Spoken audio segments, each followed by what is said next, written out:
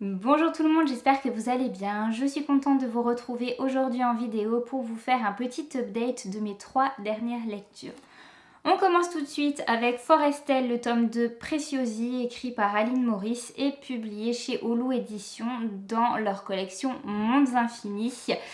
Évidemment, je vais essayer de ne pas trop spoiler le premier tome, mais nous sommes bien là dans un tome 2, donc voilà, on va faire un petit peu comme on peut. Je vais quand même vous faire un petit résumé du début de ce livre. Donc, à la fin du tome 1, Colin, le personnage principal, quitte Forestel et retourne dans son monde, qui est aussi le nôtre. Pendant 2 ans, elle ne va plus y retourner. En plus, sa maman lui a confisqué son mantel, qui est son manteau qui lui permet d'aller à Forestel.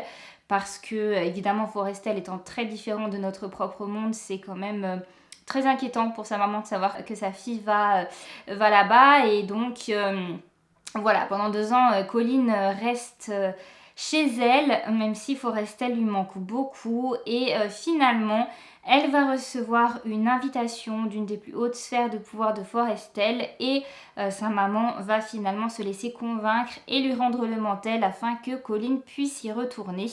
Elle va y aller à nouveau accompagnée d'Esteban et également de Paul, qui est un autre lion comme elle. Lorsque Colline va arriver sur Forestel, elle va se rendre compte qu'en 2 ans, les choses ont quand même un petit peu changé, qu'il s'est passé des choses étranges, des événements un peu mystérieux, et notamment la liante de Préciosi qui a disparu. Colline, ça la travaille beaucoup, elle décide de mener un petit peu son enquête parce qu'elle a envie de savoir pourquoi cette liante a disparu, où est-ce qu'elle se trouve, elle a vraiment envie de la sauver en fait. Et elle va se rendre compte qu'une certaine minorité de la population de Forestel est assez réfractaire aux liants. Et elle se demande si c'est ce groupe qui a donc kidnappé la liante. J'avais découvert le premier tome de cette saga grâce au Plib 2019. Je l'avais lu, il faisait partie des romans présélectionnés. Et je l'avais vraiment beaucoup aimé, donc j'avais très envie de lire la suite. J'ai un petit peu traîné, mais là j'ai trouvé l'occasion de sortir ce livre de ma palle et je suis absolument conquise. Ça a été à nouveau un vrai coup de cœur. Alors déjà, ce qui m'a étonnée, dans le bon sens du terme, c'est que même si j'ai lu le tome 1 il y a quelques temps maintenant, je me souvenais encore très bien de ce qui s'était passé. C'est un monde parallèle au nôtre, donc qui est complètement différent, qui a ses propres lois, ses propres règles. Et en fait, j'ai eu aucun mal à me replonger dans cet univers qui m'est revenu très vite. Donc ça, c'était vraiment chouette. L'autrice Aline Maurice a une vraie belle plume de conteuse, donc c'est super agréable à lire. Et elle a réussi à créer des personnages vraiment troublant de réalisme en fait. On s'attache énormément aux personnages principaux qui sont Colline, Esteban, leurs compagnons de route en fait. Et à l'inverse, on ressent un vrai rejet à l'encontre d'Isarn Karpi, qui est un des antagonistes. Elle l'a vraiment tellement bien fait que quand ce personnage avait des scènes dans le roman, j'avais carrément les poils qui se dressaient, tellement il est antipathique. Donc j'ai trouvé que c'était très réussi. On est dans un tome qui est beaucoup plus sombre que le précédent. C'est vrai que le précédent, il y a toute une première partie où on découvre le monde de Forestel et où le lecteur a des étoiles plein les yeux, exactement comme le personnage principal Colline qui découvre ce monde qu'elle trouve absolument merveilleux. Ici, finalement, on se rend très vite compte que tout n'est pas rose. Et oui, c'est sombre, on passe sur un autre level. Pareil, le tome 1 est un tome qui en soi se termine, même si on sait qu'il va y avoir une suite, et la suite est très attendue. C'est vrai que l'intrigue du tome 1 se conclut. Ce tome-ci se termine plus sur un cliffhanger, il est clairement lié avec le dernier tome et on a vraiment besoin, nous lecteurs, de lire la suite. Ça tombe bien puisque je viens tout juste de recevoir le dernier tome, donc je pense que je ne vais pas trop tarder à le lire afin de connaître le fin mot de l'histoire. En tout cas, vous l'aurez compris, aussi bien pour le tome 1 que pour le tome 2, je vous conseille cette saga. Bien que ce tome-ci soit un tome 2, ce n'est absolument pas un tome passerelle, il se passe énormément de choses et très franchement, c'est un régal à lire. Je vais vous parler à présent de Cartes sur table, écrit par Agatha Christie et publié chez Le Livre de Poche. Le résumé est très succinct, il nous dit 8 invités, 4 spécialistes du crime et 4 meurtriers impunis. Lequel d'entre eux a eu l'idée saugrenue d'assassiner leur hôte?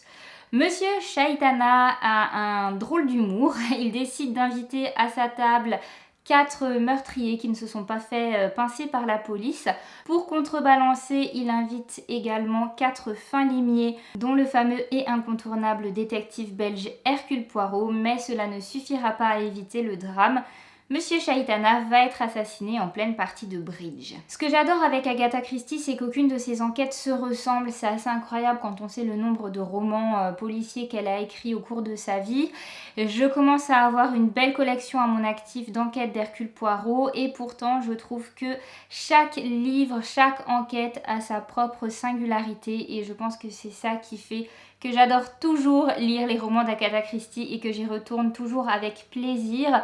Ici, bien que le lecteur ne soit pas totalement omniscient, il va quand même découvrir certaines scènes où les enquêteurs ne sont pas présents, ce qui est assez rare chez Agatha Christie. En général, on est toujours collé au basque d'Hercule Poirot et de l'inspecteur de police. Là, non, on va vivre quelques scènes où ils ne sont pas présents.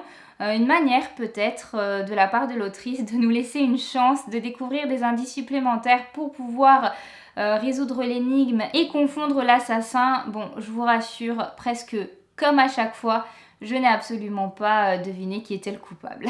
J'ai d'ailleurs trouvé la résolution de cette enquête assez complexe, les fils s'entremêlent et il y a énormément de rebondissements au moment des dernières pages. L'autrice fait tout pour que l'on soupçonne tour à tour les 4 personnages jusqu'au bout en fait. Bon, je ne vais pas vous cacher que Cartes sur table propose une intrigue que je pense, vite oublier. Pour moi, c'est pas une des enquêtes les plus mémorables ou celle qui sera la plus marquante pour moi. Néanmoins, comme je le disais plus tôt, comme d'habitude, j'ai passé un excellent moment de lecture. Pour finir, je vais vous parler de Ces petits riens qui nous animent, écrit par Claire Norton et publié chez Robert Laffont. Je remercie la maison d'édition qui m'a envoyé ce livre en service presse. L'histoire commence, on va rencontrer 3 personnages qui se retrouvent au même moment, un matin, au parc des Buttes-Chaumont. Tout d'abord, on va rencontrer Aude qui vient de se rendre compte que son mari la trompe. On va rencontrer ensuite Alexandre qui est malheureusement contraint de faire un choix entre son grand amour et sa famille. Et enfin Nicolas qui s'inquiète pour son frère, qui se demande pourquoi celui-ci a annulé leur rendez-vous. Ils sont chacun dans leurs pensées quand tout d'un coup ils vont s'apercevoir qu'une jeune adolescente, Charlène, est en train en fait de se pencher sur un pont, visiblement dans le but de mettre fin à ses jours. Ils vont donc tous les 3 se précipiter pour empêcher l'adolescente de faire son geste désespéré. Ce qu'il va se passer ce matin-là va vraiment changer leur vie puisqu'à partir de là, une promesse va les lier tous ensemble, tous les 4.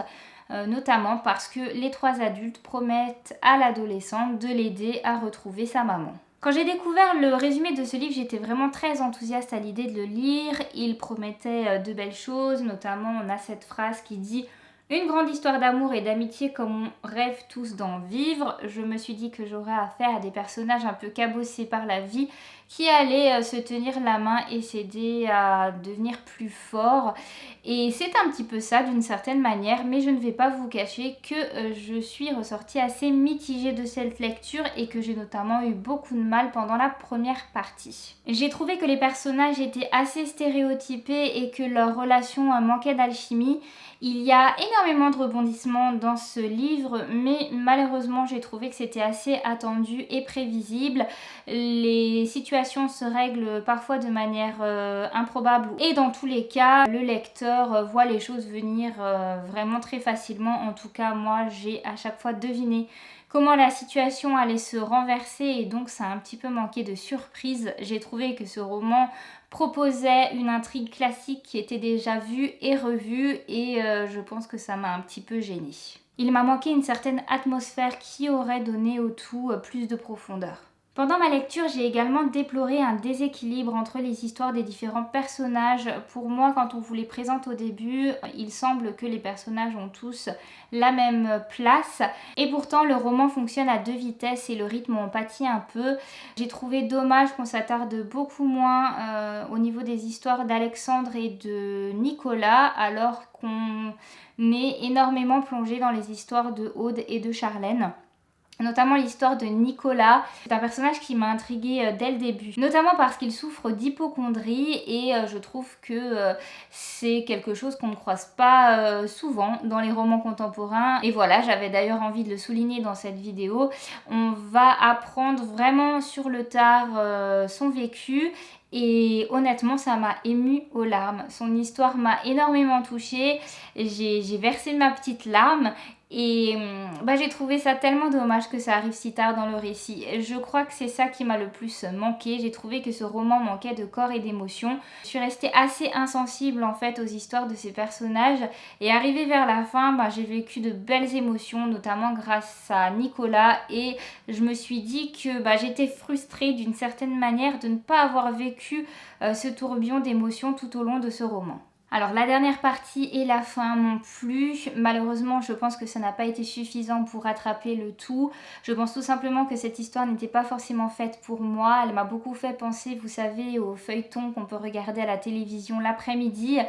Si c'est quelque chose que vous aimez bien, vous aimerez certainement ce roman. J'ai d'ailleurs un petit peu farfouillé sur internet et j'ai vu qu'il avait aussi de très bons avis. Je crois que jusque là, ça reste un ressenti assez personnel. J'ai pas envie non plus de dire que ce livre est mauvais, mais ça n'a pas fonctionné avec moi.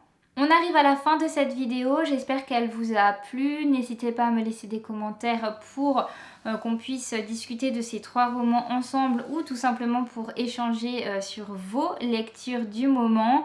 N'hésitez pas à laisser un petit pouce bleu ou à vous abonner à ma chaîne YouTube si la vidéo vous a plu. Et moi, je vous souhaite de très très belles lectures et je vous dis à très bientôt. Bye bye!